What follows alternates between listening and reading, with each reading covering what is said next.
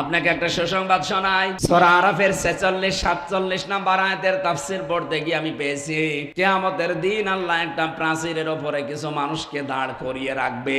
এটা আরাফ নামক প্রাচীর। এই মানুষগুলোকে আল্লাহ জান্নাতেও দেবে না, জাহান্নামও দেবে না। সাহাবী প্রশ্ন করলেন, হে নবী, এদেরকে আল্লাহ জান্নাতে দিচ্ছে না কেন?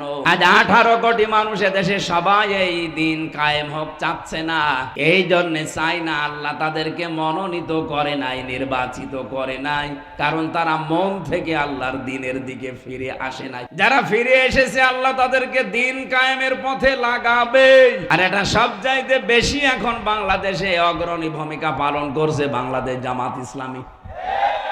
অন্য কোন দল আপনি দেখান, যাদের ইউনিয়ন থেকে শুরু করে আন্তর্জাতিক মহল পর্যন্ত সব জায়গায় যোগ্য এবং সৎ মানুষ সেট করতে পারে, কোন দলে বাংলাদেশে এখন নেই, জামাত ইসলামী ছাড়া।